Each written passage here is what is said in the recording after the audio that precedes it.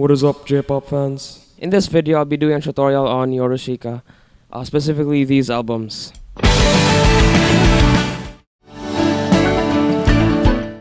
So I can kind of say with confidence that this track is gonna be similar to both of these albums. In Elma, I'm basing all the harmony and melody on that album, and some more modern music production stuff from the Creation album. So let's get started. First thing you're gonna need is a guitar, preferably acoustic. If you have a Strat or a Tele, that could work as well. Would be even better actually. So of course when it comes to music, we're gonna start with the chords.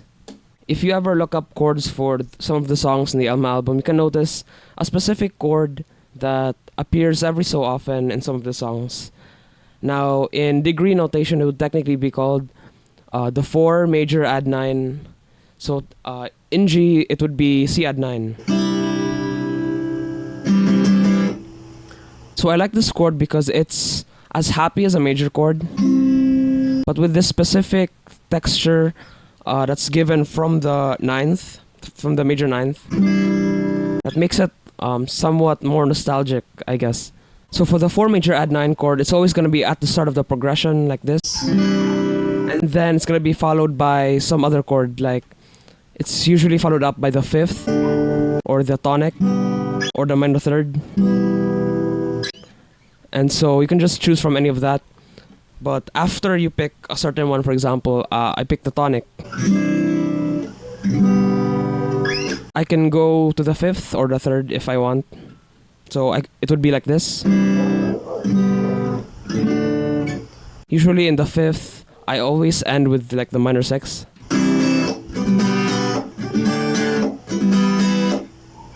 So in the actual song itself, I use a combination of the 4 major add 9, and then the 5, and then the 1 chord, and then the 6. So after that, I give it a bit of rhythm, like this.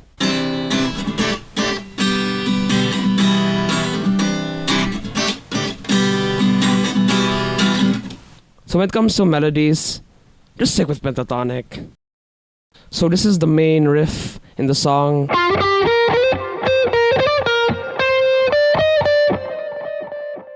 So now that we're done with the chords, let's go back to the producer stuff. So now I'm in Ableton, as you can see the project here. I'm going to be going through the tracks one by one to see how I've recorded things and what kind of elements I stacked to create this song. The first thing I ever recorded was the guitar, which is just the parts we were discussing earlier. So basically just recording what I've played.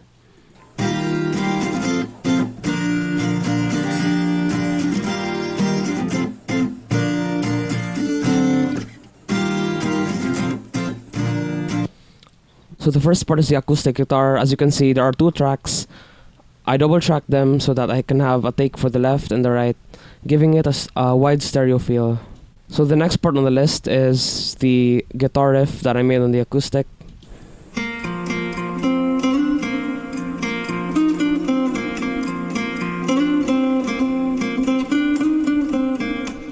So it sounds like that since I wanted it to complement the chords.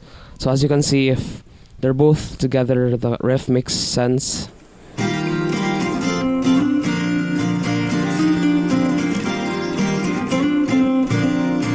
And then the next thing I added was the bass part.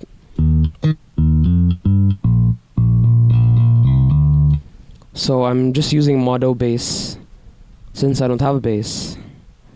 And then the next thing that I tracked was electric piano. So basically I was just following the same chords, but instead of just following the same rhythm, I gave it another unique sequence. So it sounds like this.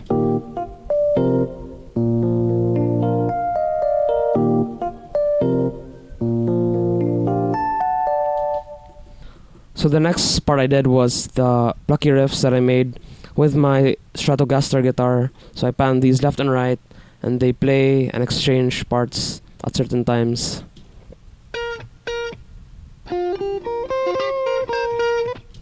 After I have a layer I'm working with, such as this one,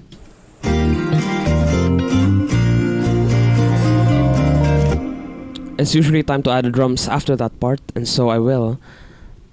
So this part I'm doing the drums. Now, I don't usually program drums like this since I use drum rompers and MIDI.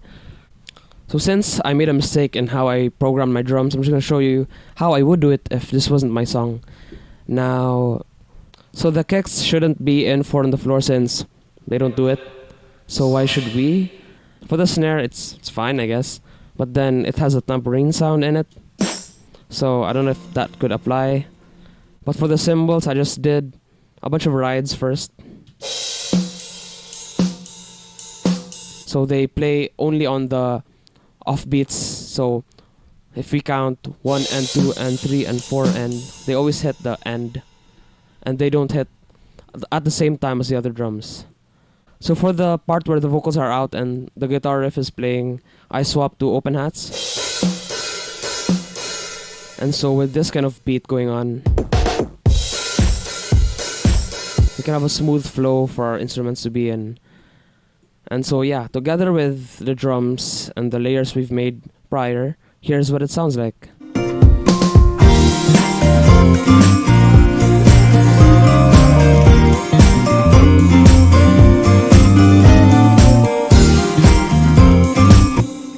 Okay, so for the vocals, they're gonna be kicking in at the start and then they're gonna end here. So it's gonna last for 8 bars. Now, for the next half of the 16 bars of the chorus, basically no vocals are gonna be playing, but there's gonna be a main guitar riff, and this is very common for J-pop.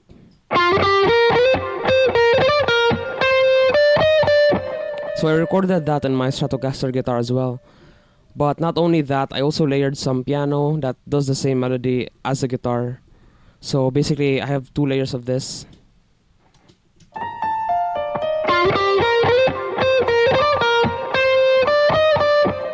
So in context with everything, especially with the open hats, it's gonna sound like this.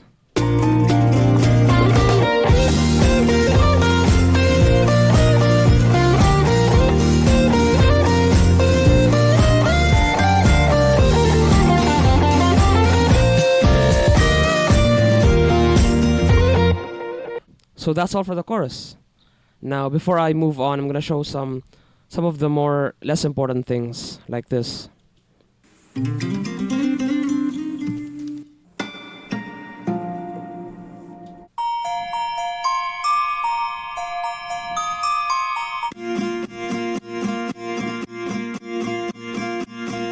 So after that chorus, we're gonna move on to the verse. So basically in the verse, all I have is clean guitar.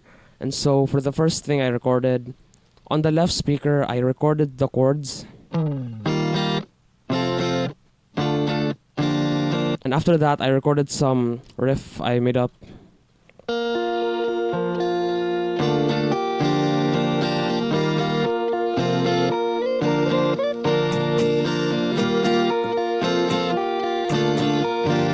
Added some percussion.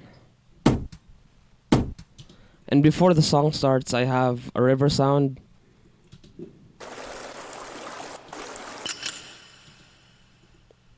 And so the intro with the verse is gonna be like this.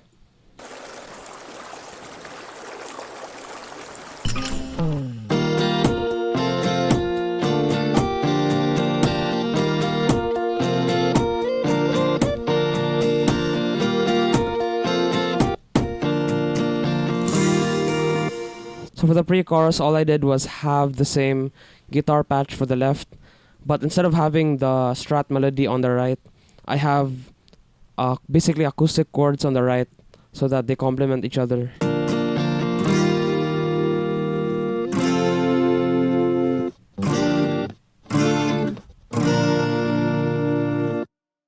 So other than this riff that I added before the chorus hits, so that's the only thing I had in the pre-chorus.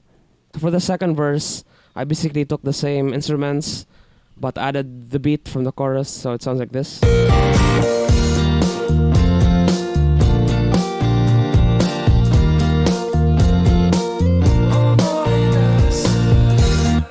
But this time I added this. For the riff, I changed it up. So for the second pre-chorus, I had this new riff.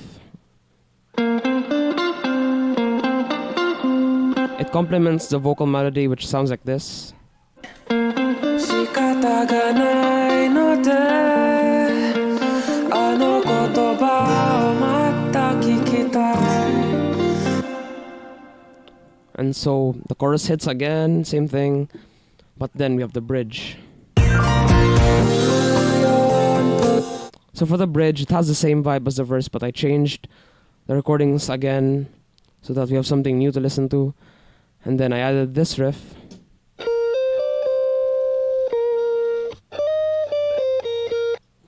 And then this one.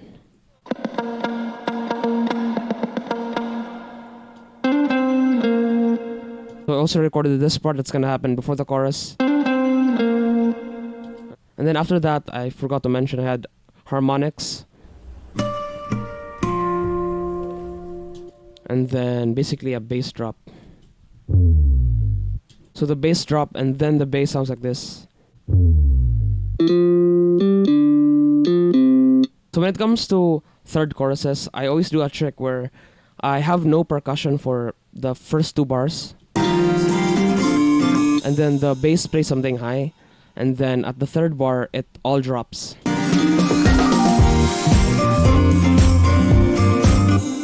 So I do this kind of thing in all my third choruses to have the final moment as unique and refreshing.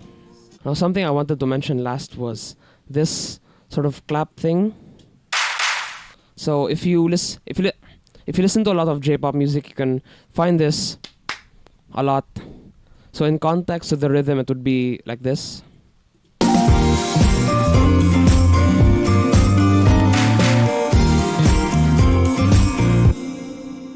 So if you want to add some J-pop flair, there you go. You can do that.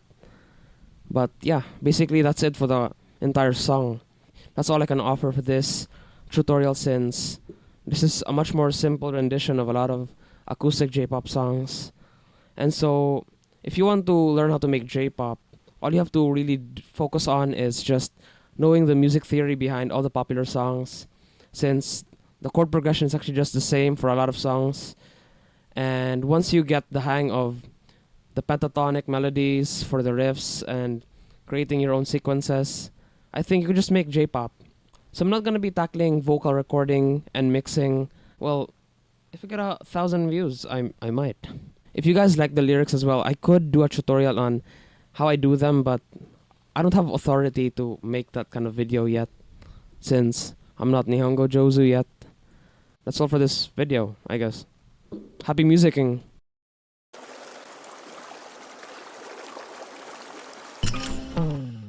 孤独を感じるのが好きになった静かな世界に住んでいたい花に見えたことがかけたい仕方がないので